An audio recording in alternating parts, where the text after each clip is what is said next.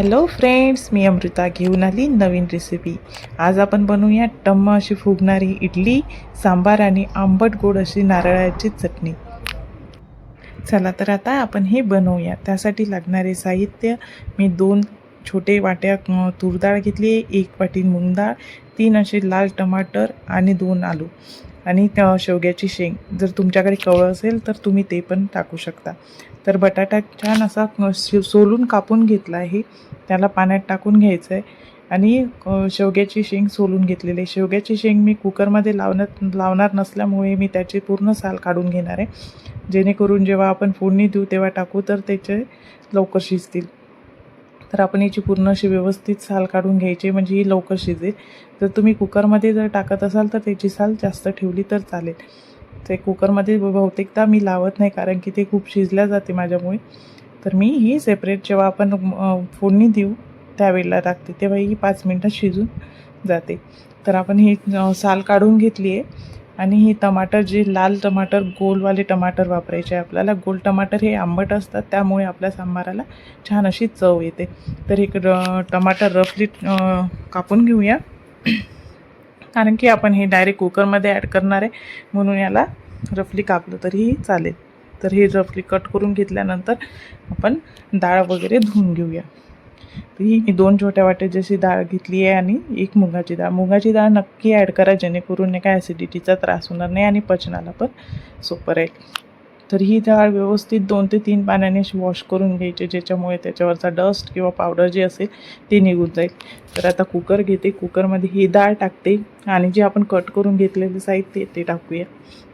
त्यात बटाटा आणि चॉप केलेले आपले टमाटर असे भरपूर टाका, जेणेकरून आपल्या ओरिजिनल जी टेस्ट आहे ती आंबट येईल। त्याच्यामुळे नाही का चिंच किंवा आपल्याला जे एक्स्ट्रा आमचूर पावडर असते ते कमी टाकावं लागेल। आता याला छान मस्त कुकर लावून घेऊया। याला 3 ते 4 शिट्ट्या द्यायच्या, तोपर्यंत आपण नारळाच्या चटणीची तयारी करूया। नारळाच्या चटणीसाठी लागेल 1 कोरं नारळ, त्याच्यानंतर कैरी किंवा कैरीला ऑप्शन तुमच्याकडे चिंच किंवा दही असेल ते पण टाकू शकता, पण आता कैरीचा छान असा सीझन आला आहे तर मी कैरीचा वापर करते। 3 ते 4 आपल्याला हिरव्या मिरच्या घ्यायच्या आहे आणि 4 ते 5 लसणाच्या कळ्या आणि थोडासा गूळ। ही आंबट गोड चटणी आहे असल्यामुळे त्याच्यात गूळ ॲड केलं छान लागेल। आणि जे नारळ आहे ते व्यवस्थित धुवून घ्यायचं आणि त्याचे बारीक काप करून घ्यायचे, जेणेकरून मिक्सरमधून व्यवस्थित बारीक होईल।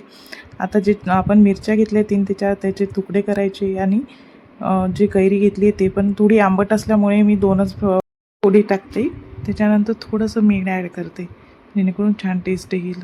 आता ही अशी थोडं पाणी ॲड करून मी नाही का अशी दरदरी पेस्ट करून घेतली आहे। तर ही थोडी पातळसरच चटणी असते, त्याच्यामुळे आणखी थोडंसं पाणी ॲड करते आणि त्याला आपण छान असा तडका देऊया।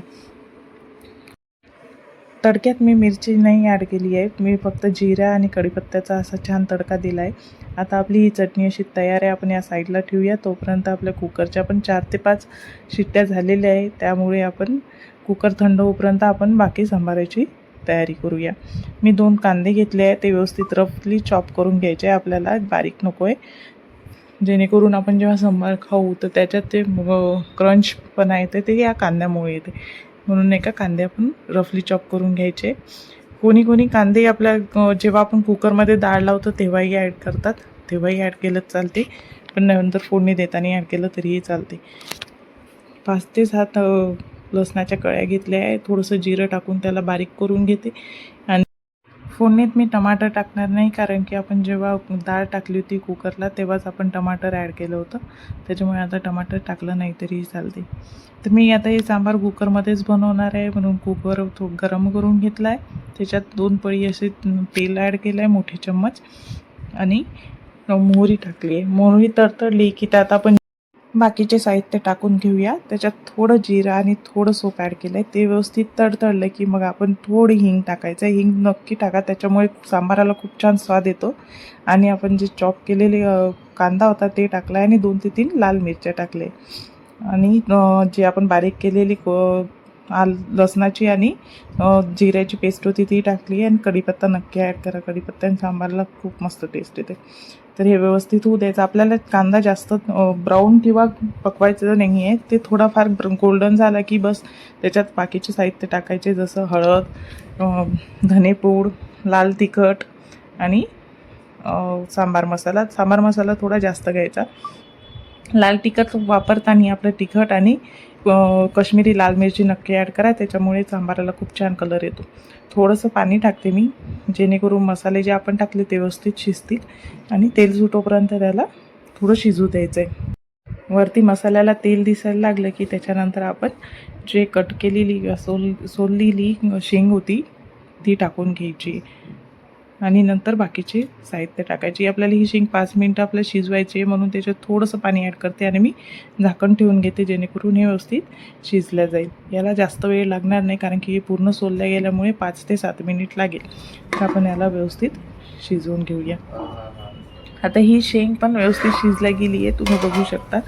थोडासा कलर चेंज झाला की समजून द्यायचं ही शिजली आहे म्हणून. थोडासा गोल्डन असा ब्राऊन कलर येतो त्याला, तर त्यावेळेला समजून द्यायचं. त्याच्यानंतर बाकीचे साहित्य टाकायचे, कारण की थोडी अर्धवट कच्ची ठेवायची आपल्याला ती शेंग, जेणेकरून जेव्हा आपण डाळ टाकू ना त्याच्याबरोबर पण 5 मिनटं ती शिजल्या जाईल, म्हणून त्याप्रमाणे आपण शिजून घ्यायची. आता त्याच्यात जे आपण कुकरला लावलेली डाळ, टमाटर, बटाटा होता ते आपण याच्यात टाकून घ्यायचं आहे आणि व्यवस्थित मिक्स करून द्यायचं आहे.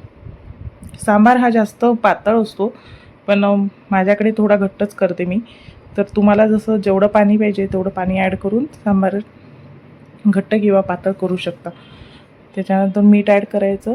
मी थोडी चिंच गरम पाण्यात भिजवून ठेवलेली होती आंबटपणा थोडासा येण्यासाठी, तर ते चिंचेचं पाणी मी याच्यात टाकते आणि जे गूळ होता ते पण ते टाकून घेते आणि मीठ टाकते. याला पण 5 ते 7 मिनटं आपण शिजून घ्यायचं आहे, जेणेकरून चांगलं व्यवस्थित एकजीव होतील ते आणि छान स्वाद येईल. तर आता हे शिजवत असतानाच खूप छान असा अरोमा आला होता सांबाराचा. एकदम छान सांबार झाला होता. नक्की ट्राय करा. उन्हाळ्याच्या दिवसात ना जेवण नको वाटते, तर सारखं सारखं जेवणापेक्षा हे कधीतरी मेनू हा करून खाण्यासाठी खूप छान आहे. जास्त वेळ नाही लागत, 1-1.5 तास लागतो, पटकन बनणार आहे. मी इडलीचं बॅटर बनवलं होतं, त्याच्यामुळे थोडंसं जाडसर बारीक केलेलं होतं. तुम्ही जर डोशासाठी बनवत असेल तर थोडं बारीक मिक्सरमधून बारीक काढायला हवं. याच्यात मी 2 ग्लास तांदूळ आणि 1 ग्लास उडदाची डाळ असं मी 7 ते 8 घंटे आधी भिजू घातलं होतं आणि मग ते मिक्सरमधून काढलं होतं. तरी आपण हे इडलीचं बॅटर बनवत आहे म्हणून त्याच्यात थोडंसं मीठ टाकायचं आणि थोडंसं पाणी टाकायचं. हे इडलीचं बॅटर असल्यामुळे थोडं घट्टसरच असतं, जसं डोशाचं खूप पातळ असतं.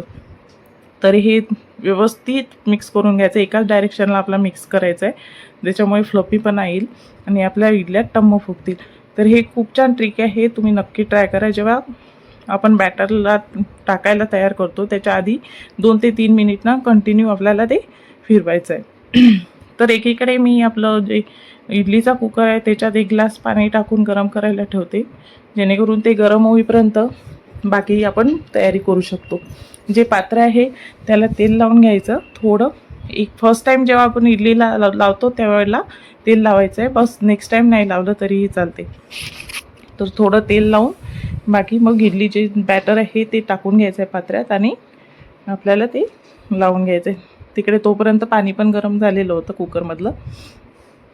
तर असे बाकीचे मी ठेवले आहे आणि बंद करून घेतलं आहे.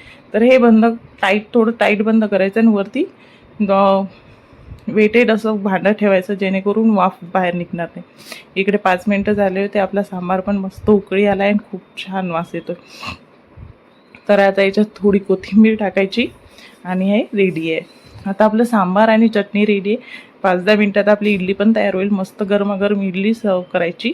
इडली पण झाली. इडली चेक करण्यासाठी त्याच्यात चाकू टाकून बघायचा. चाकूला जर काही लागलं नाही तर समजायचं की इडली आपली शिजली.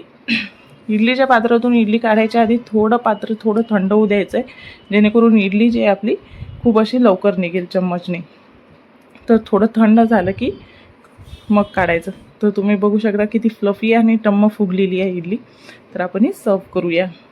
इडली, सांबार आणि मस्त त्याच्यासोबत आंबट गोड चटणी. हे कॉम्बिनेशन खूपच छान आहे, नक्की ट्राय करा. तुम्हाला पण हे नक्की आवडेल. अशाच छान छान रेसिपीसाठी माझ्या चॅनलला सबस्क्राईब करा, लाईक करा आणि शेअर करा. थँक्यू.